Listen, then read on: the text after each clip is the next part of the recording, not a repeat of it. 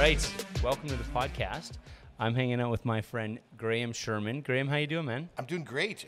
Cheers. Yeah, cheers. Thanks for having me. I wanted to apologize right off the start. I just found out last night that you are a scammer and owned by a grocery store. The internet told me, so I know it's true. Yeah, well, these things happen.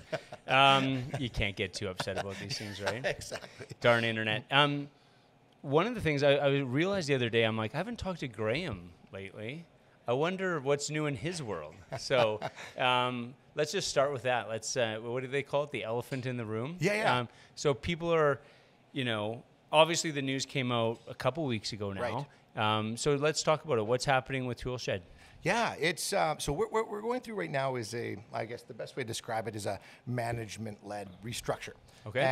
And so we went through a tough time, man. And I think for a lot of people don't maybe even remember, the origins of Tool Shed and when we started. There was a time in the middle there where I had to buy out my original business partner. Right. And from that time on, we've been fighting hard through like long lists of aged, AP and trying to get this thing running in a way where we've got cash flow, right? It's probably the age-old problem. Everybody wants to make beer and everybody wants to start a brewery, but having that business acumen on the back end of the business from day one, where you set up the infrastructure and the foundation properly, where you've got this thing that just spits out cash, it's not as easy to do. We've seen that lately with a lot of breweries, actually going out of business, which is tragic, right? So, as we went through that period of time trying to get this thing back on the rails from the damage that had been already done, we were kind of getting there and landed safely on the doorstep of COVID. Right. Yeah. And exactly, right? I think probably one of the misconceptions about COVID is that so much alcohol was being sold. People were drinking. But a lot of people were of course, buying liquor in liquor stores. If you were one of those amazing breweries that sold predominantly on-premise keg sales, boy, you were in trouble. Yeah. Because we were all closed, like all the bars, pubs, restaurants. So for us, 75% of our revenue is bars, pubs, restaurants, golf courses. So all that goes to zero. Yeah. Now we're fighting through that for the next, multiple years, along with all of our great friends that run the amazing bars and pubs that we love to visit, right? So a lot of them didn't make it, and so throughout that period, we also had our credit facilities through our institutional lender, our bank, come up for renewal. And in the middle of COVID, when the bank goes, how about now? Yeah. That sucks, right? So you take on more, private debt because that's the only thing you can do. Like, I wonder sometimes for the people that come into a brewery and go, I love this place, I love the hazy, I love the sour, whatever they like about the place. If they really understood the horror that goes on in the background to try to keep a business running, it's really scary, right? Yeah. So going through years and years, we've been fighting through that stuff for quite some time, and what it ultimately required was a restructure of our debt. Yeah. So we went for the last year.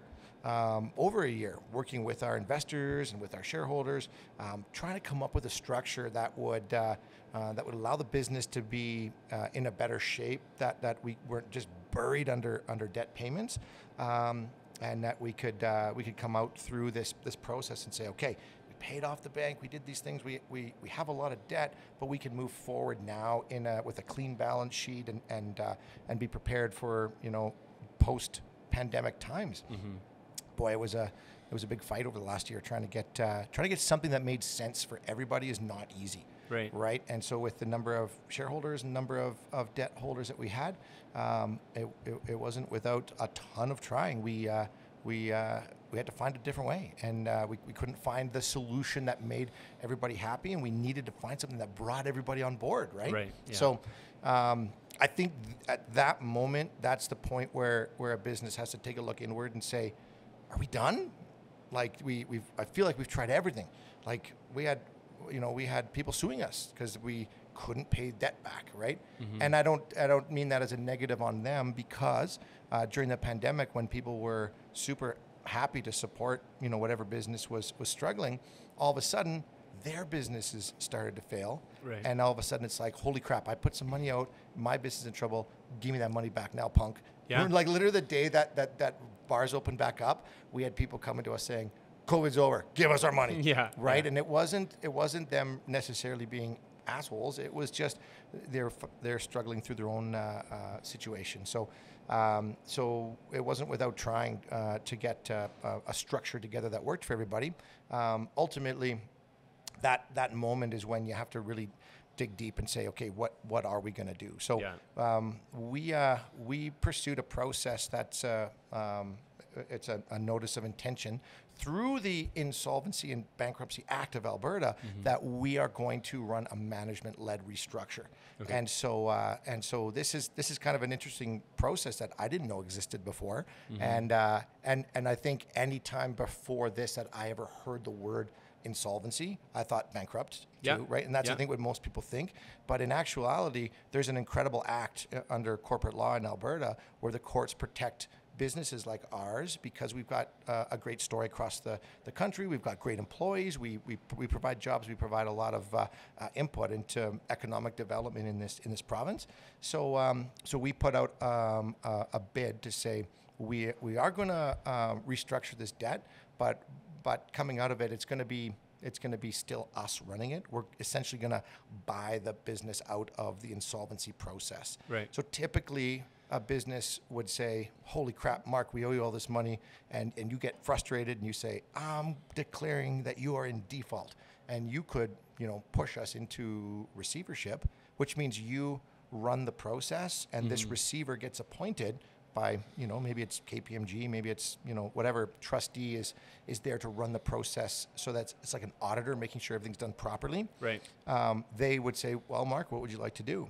And you'd say, these punks owe me money, liquidate it, get me my money, whatever it is. And because you run that process and the receiver works for you, I don't have any choice. Right. Now, when it's a management-led process, the business still runs, everybody's still here, our staff get paid. We actually are protected under that Insolvency Act where our vendors are still actually legally required to sell us the products, right? And creditors can't, come forward and demand payments. So this is actually a court-approved process too, because businesses aren't allowed to just say, I don't like my debt. I want to hit a delete button and like I remember on The Office, Michael Scott coming out of the room and going, bankruptcy, and Oscar going, you can't just say bankruptcy and everything happen. He goes, I didn't say it, I declared it. and so for this process, the courts actually look at the affidavit of what we've done over the last year. Are we doing things properly and legally?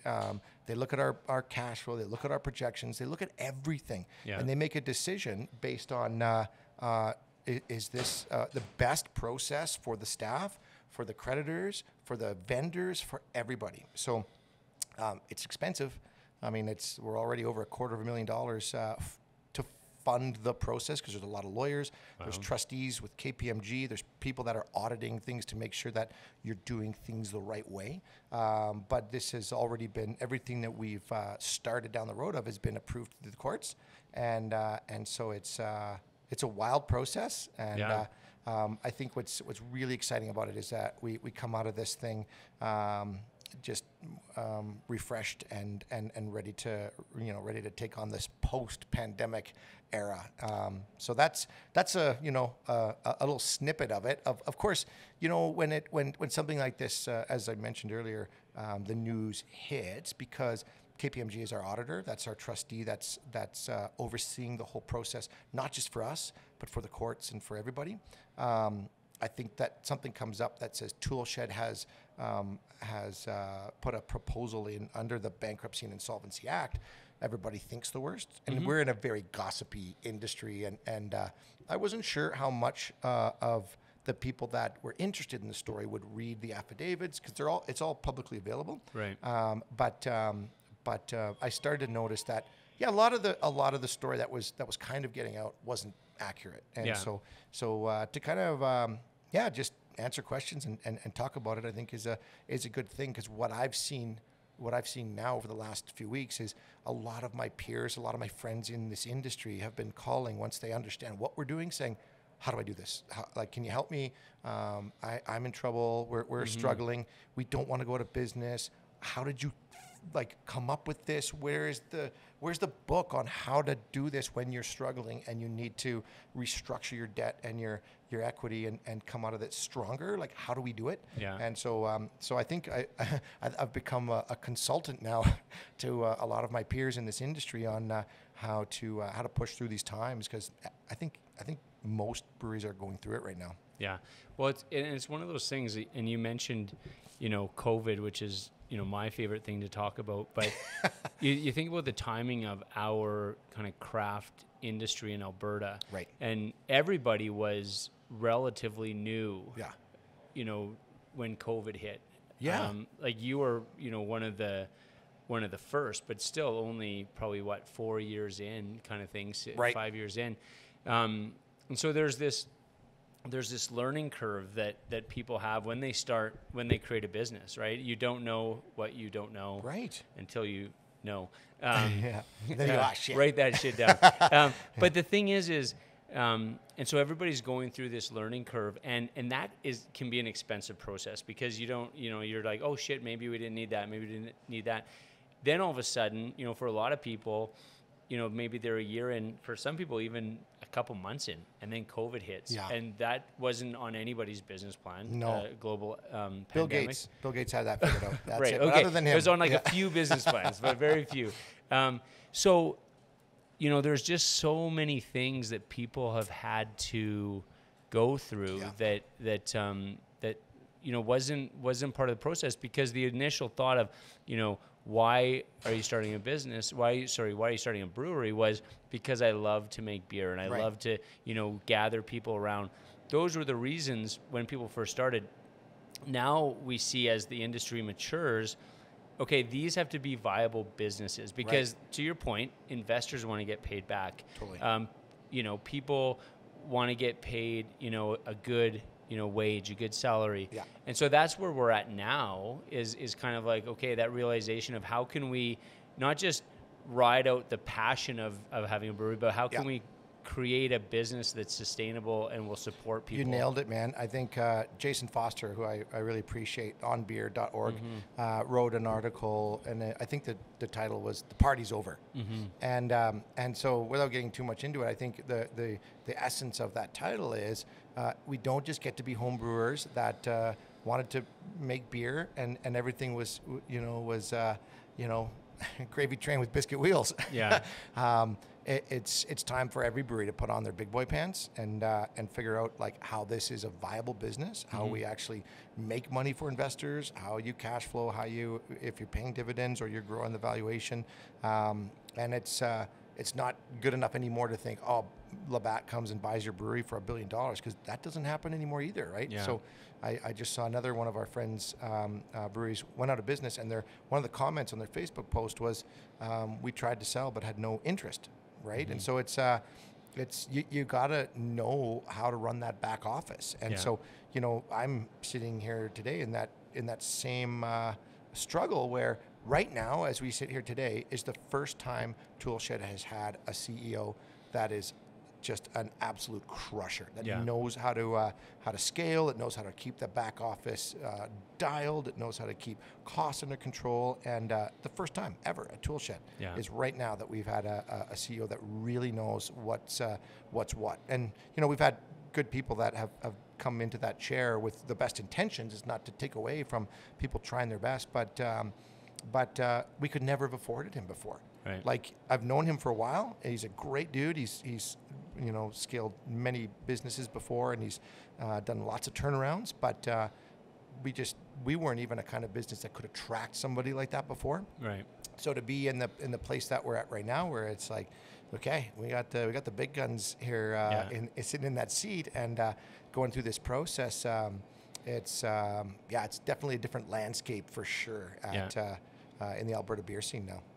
So one of the things, my perspective, has always been, I've always been an entrepreneur, and I've always had, small businesses. I used to have a sports store with my brother, and we, it was such a challenge. It was a labor of love, and we loved it, but it was always a challenge. It seemed to matter how busy we were. It just, the math didn't work at the end of the month, right? And so when the craft beer industry, really started to blossom here in Alberta, I always had that perspective. That's the kind of the lens that I look through is, I know what you guys are doing in terms of the passion that you're putting into it, the work that you're putting into it, the stress that you go home to, the stress that wakes you up in the middle of the night. So a couple of things when I think of that is, when you were, going through this and you had to really, obviously you're talking to your wife, you're talking to your kids. Why did you choose to fight and kind of restructure? Because I'm guessing another viable option at that time would have been to, put your hands up and say, fuck it, I'm done. Absolutely. Oh yeah, no, I think that's the essence of what I think the DNA of Tool Shed has always been, is part of the reason that I get to travel around the world and speak. It's not because of, anything that happened with AGLC. It's not because of anything other than this mindset of resilience, right? And there's been so many times where, like, I still don't take a paycheck at Tool Shed. We're over 10 years in. And so, trying to find a way where you can make money for your family while you build your business that you're so passionate about is a tough thing. And to go home at night when you used to make great money. And ironically, I've shared this before, but before this, when I worked in Afghanistan, I actually lived in a war zone. I have bullets that I've taken out of my car that, that's a different world when you're living in an active theater of operation. You hear rockets coming in at the base that you're on and you're getting shot at. I was never as afraid in Afghanistan as I have been starting my own business. It's a war, and it's just a whole different level of being under fire. I think that the real stress is that you're under fire from the people that you love around you so much that aren't necessarily shooting at you, but the weight of the world is on your shoulders because you have to make good on the promises you've made to people, right? I've taken your money and I need to make this business successful. That's the part that makes you stay awake at night, oftentimes crying in your bed. How am I going to solve this problem? So yeah, you're right. I think a lot of people do get to a point and go, enough. I don't deserve this fire that I'm taking on, or whatever, however people justify it in their heads to say, I'm all done. I'm not taking away from people who stop the thing, because one of my favorite quotes is from Steve Jobs. It says, passion for your project is the only thing that can get you across the goal line where 99% of rational people would quit. Right. It's to say that people are supposed to stop here. This is where rational people stop because it's too much. Maybe passion's the only thing that can get you to push through that. Where now you're out in the world where it's not safe. You're under fire, and it's worse than being in Afghanistan. And I know from my experience personally, because you have these people who are supporting you and want, but at a certain point, I remember, when, I'm going back over a decade when I'm thinking about this, but, even people that were loving me and supporting me were looking at me going like, you're an idiot, dude. Like, I've lost faith in you. You got, and that's a hard thing because they're not saying it, but you can see it in their faces. And that's what people, like, and I say that all the time. Anytime that I get in front of, people, whether I'm doing like a small seminar or, anytime I can talk about it on the podcast, is the people that are starting, small businesses, whether it's breweries, it doesn't matter what the small business is, they're passionate about what they're doing, but there's real people behind the brands. And that's what people need to understand is, because I think with social media, sometimes there's this buffer between us where we can kind of, throw things at each other and it doesn't hurt. And I think what people need to understand is there are real people behind those brands that are losing sleep, that are trying to do their best. Laying awake with their families crying on how they're going to solve it. And I love that comment because so I don't subscribe or listen to or acknowledge any kind of social media platforms that don't identify themselves, because that's kind of I think that's a cowardly way of throwing shots across the bow of things just because you want to trash talk. Part of why I opened with my comment today, I heard you're a scammer that is owned by a grocery store. I can't believe that the internet has turned into this place where people just go, well, I saw this on the internet, it must be true. Yeah. What's actually true about you guys is that everybody in our industry knows you and Bill and the team that run ABF so personally that it was an absolutely hilarious post for all of us in the community, because you're so well loved as people, the people that actually connect with you guys, that of course, everybody comes to your defense and goes, oh, this is actually hilarious. But people throw that stuff out online all the time. Yeah. And I've spent a lot of my time at Tool Shed learning how to turn that off, where I have to be able to get better every day at saying, don't care who it was, don't care what they said, because it doesn't impact that.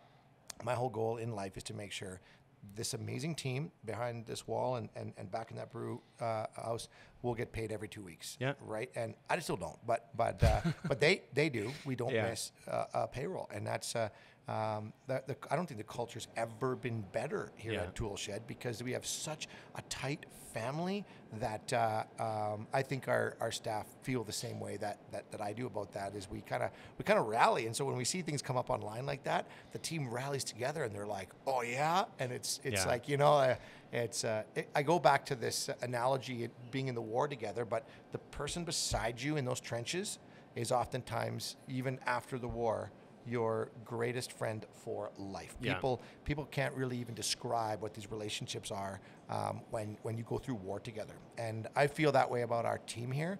We've been through a lot over the 10 years, and the people that are still here are battle tested, and it's amazing. We actually had a staff appreciation here the other day, and it quickly turned into a customer appreciation, which quickly turned into a staff appreciation. Once all the customers had left, the staff were still here till the next day, having fun and drinking. That's awesome. And most people when they're done work, especially a long day like a customer appreciation, can't wait to go home. And our staff all stayed and spent time together. Like, it makes you emotional that you've got this amazing group of people that are all aligned in this thing that we're doing, right? So we're pretty grateful for our customers, pretty grateful for the staff, and this process that we're going through right now, I think just really solidifies our place in the future. That helps us we're going to come out of this with a perfectly clean balance sheet, a nice strong operations team in the back, and it's and we're not going anywhere. Yeah. So it's pretty awesome. I love it.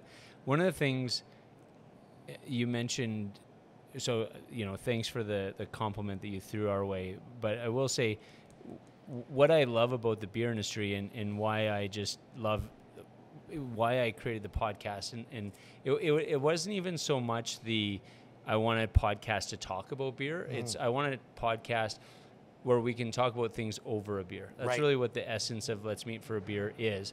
But for me, the key in that is let's meet for a beer, which is let's sit down together and let's talk. If you have something that you need to say to me, let's talk. Let's go for a beer and let's talk about it. Yeah. And I think that's, something that is missing in the world. And that's where, to me, rooms like Tool Shed that's what's so valuable about them is, we've lost in our world this ability to, attack problems head on, and not just create relationships, but maintain relationships. Like that's kind of the thing that we're struggling with right now. I think is that maintaining of relationships. Like, texting isn't maintaining relationships. Sitting down, having a beer or a coffee, whatever, and just having that conversation and getting it over. And I think that's what I want. That's what I want my life to be about, is if, and you and me, we have actually argued like over beers before. Like I think if you recall, there was one time where we both kind of walked out of the room like, "You're a fucking idiot." I don't remember that. And I can't it ever was imagine late. It was late at night at the Pig and Duke. Yeah. But the point of it was we hashed it out. You know what I mean? Like we goodness, you know, like a week later we both are like, Well, and so to me that's important. It's not it's like, okay, let's have these conversations. Sometimes they're hard, sometimes they're easy, but it's important. I think there's two amazing things to that. Is number one, you don't just say that, you actually live it. When I called you and said, "Hey, what do you think about me sharing the story of what we're going through on the podcast?"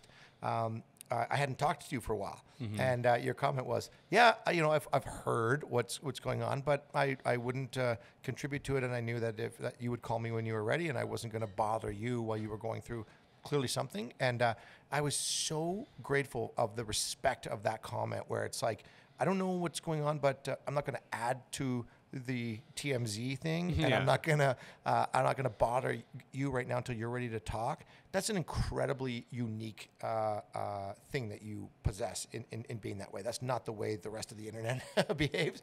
But the other part of that comment that I love is that sitting down for a beer isn't just like, hey, we're going to hash something out and argue about something. Some of the greatest things I've ever accomplished have been because I've got so many great friends now that are entrepreneurs, whether they own a brewery or one of my best buddies in town here, he owns this great business called Work Nicer. Even just like their tagline is work for yourself, not by yourself. So it's like a co-working space. But I call my buddy Alex and I go, okay, dude, I'm struggling. I don't know. I'm fucked. Here's what I'm going through. And he'll say, you think that's bad? Check out how bad I got it, right? And, you know, this was probably a pandemic conversation we were having. And then eventually we both look at each other and go, are we like one downing each other right now? Exactly. Like slap each other in the face and say, grow up, man. We're here because, you know, we've been through war and so okay, we just got pinned down in the trenches. Let's get back to it and we elevate each other, and having those people that you can sit down with a beer. I think there's very few people in life that you get to share the stories of the war. Unless they've been going through it. And so I struggle sometimes finding somebody who I can relate with the reality of being in war, owning your own business and going through the things. Like I'm the luckiest man on earth to be married to the woman that I'm married to, but if I ever told her the stress level of what we go through, she'd just start crying. And she just doesn't have a level for dealing with the stress. She doesn't understand why I put myself into these stressful situations. And even as I say that, I go, she must have some, because she married you. So she's got this level of stress that she's dealing with. And she's still with me, which is the silliest thing ever. But it's like I couldn't tell her the stories of Afghanistan because she wouldn't understand it. There was very few people that I could share those stories with, and those people are near and dear to my heart, you know, for the end of time, because they can relate to a thing that I went through, and we can be better together because of it. And that's small business. That's owning a brewery. That's getting through these times. So meeting over a beer is one of the most important things in my life. And that's how I come up with the strategies that I come up with, and that's how I solidify. We're never stopping. Like, you know,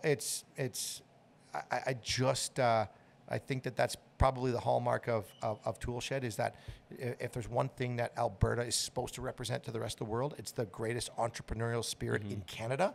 And that's what we've championed. It's never been about just me or Tool Shed. It's been about the barley farmers. It's been about Alberta pork. It's been about Alberta beef. It's been about all the things that we get to experience here in this province. And so if it's genuine and it's authentic and it's collaborative with the community around, you can't fail as long as you don't give up. And so that's What's that quote? Is that Seth Rogen? He's like, if you quit, if you keep going, you might not fail. If you quit, you definitely will. Yeah, exactly. Right? Yeah, totally. Yeah. No, that's exactly it. So, this is another journey that I didn't expect. I don't think anybody really expects, you know, the things that come at them when they start a business. I don't care what business it is. But brewing right now in Alberta is a tricky one. So I'm grateful that you took the time to come and hear me out, because what I want to do is I want to field calls from people that maybe want to have some confidentiality but are struggling and want to know. I've already had several with some great breweries, some great friends that I want to be able to help them with what I've learned over the last period of time. it blew my mind what the province has set up under this corporate act of law that helps us get through these times. It costs money, but it's an amazing thing that we can go through if we know what tools are at our disposal, right? Yeah. And I think one of the things that I want people to know is, we live in a world sometimes where, we put on a brave face, we posture, we have a facade of like, how's everything going? Great. How's everything? And, we need to be able to, be vulnerable and be able to say, hey, you know what? Shit's going sideways here. I was having a conversation with someone yesterday, and we were talking about how can you identify when maybe your business is starting to spiral downwards, because people sometimes bury their head in the sand and they don't acknowledge it. By the time they acknowledge it, it's too late. So what people have to be able to do, and we have to kind of give people this platform and this ability to say, hey, whether it's a business, whether it's mental health, whatever it is you know what, I need help. I'm not, and then what our responsibility when people express that is to give them, a forum where they can get that help without us, kicking people while they're down. No, because you're 100% right. I remember someone years ago saying to me, there's the slogan, it's okay not to be okay. Yeah. But what happens is sometimes when people are vulnerable, so they'll see that, they'll hear that, and they'll say, okay, well, I'm going to share something with you. And then as soon as they share it, it's like, oh, you're an idiot. And then it's just like kind of like, okay, that well, that's failed. Messed up. So we need to create a platform or just we need to normalize, hey, listen, we're all going through shit. Yeah. Sometimes it's ups and sometimes it's downs. Yeah. And so let's figure out how we can help each other, and let's not just go right to kicking people while they're down. Yeah. That's sometimes it's tempting. Sometimes it's like, well, that guy was this or that. And it's just like we have to get away from that. There's like an escalation game where people like to get together and like elevate the drama. But I go, going back to meeting over a beer, one of the things that we're doing right now that's going to be new is we're doing a community brew. And what that just means is that we have tank space. Which breweries in the city just need an extra batch where it's like no cost to them? We're not charging breweries to do this. But if you need a batch of beer to help pump up your revenue for the summer, we'll brew a batch for you at our cost. And we sat in our management meeting going, it's been a while that we've been so focused on trying to survive. We haven't dug into supporting the community like we always have. Right. What's a great way to give back to the community? Yeah. So we're doing our first brew this week, and I don't want to spoil it, but we've got a bunch of great breweries that have applied to get a free batch of beer brewed at Tool Shed. Yeah. And then that'll contribute to their revenue this summer at no cost to them. And what happens is we sit down and we go over, what do you want to brew? Let's plan it. Let's do all these things. And as we have a beer, they actually open up. And it doesn't actually necessarily have to be about let's meet and let's talk about how we're both totally screwed. No. We're gonna support you guys and do whatever we can to get some more beer out for you guys. And each time we've met with the brewery over planning out the schedule for the year, we get into some amazing conversations about what they're going through. Turns out I've already been through it. Yeah. And I can hopefully pour into more stories with what we've already been through. Totally. Yeah. What I always say about the industry, and I know you're busy, so we can wrap things up. But when the industry first started, it was so collaborative, and I think that is I think the kind of what makes the beer community in Alberta special.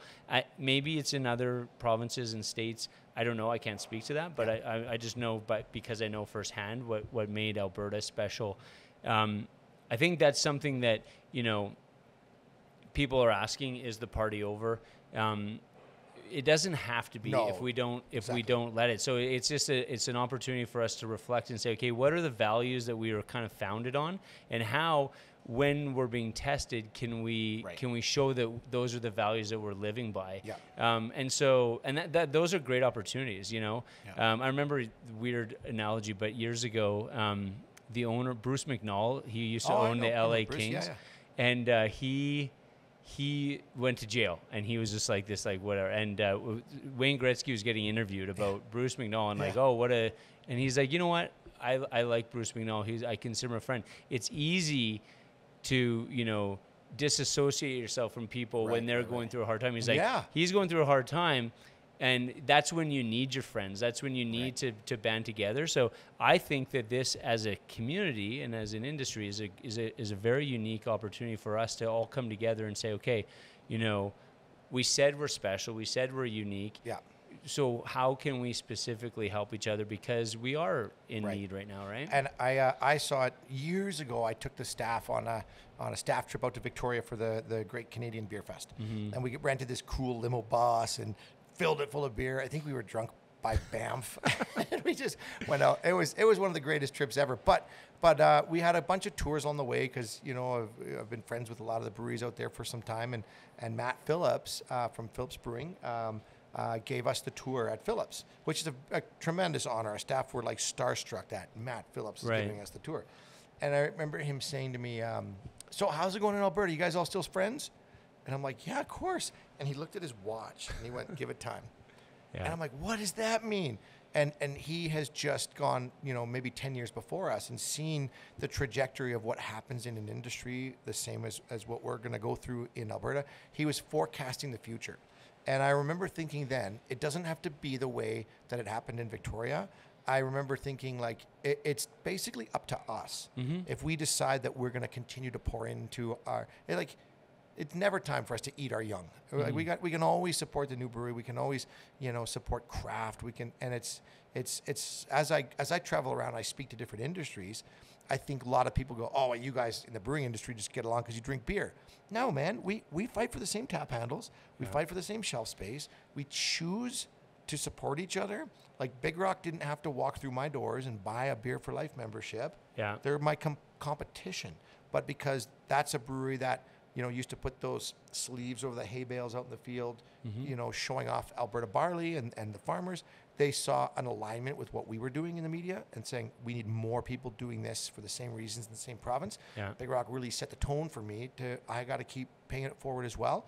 So if I'm not doing the job creating it where the next brewery is going to pay it forward as well, it's not just that I'm doing something nice for new breweries. I have to set the tone for the next generation, like Big Rock set it for me. Yeah, absolutely. Right? And so, yeah, I think there's still a lot of hope for us creating an environment in Alberta where the craft beer industry is an example for every other industry about how we support each other. Well, and you don't, to your point, just because this is how it happened in another area doesn't mean that that's a predetermined thing.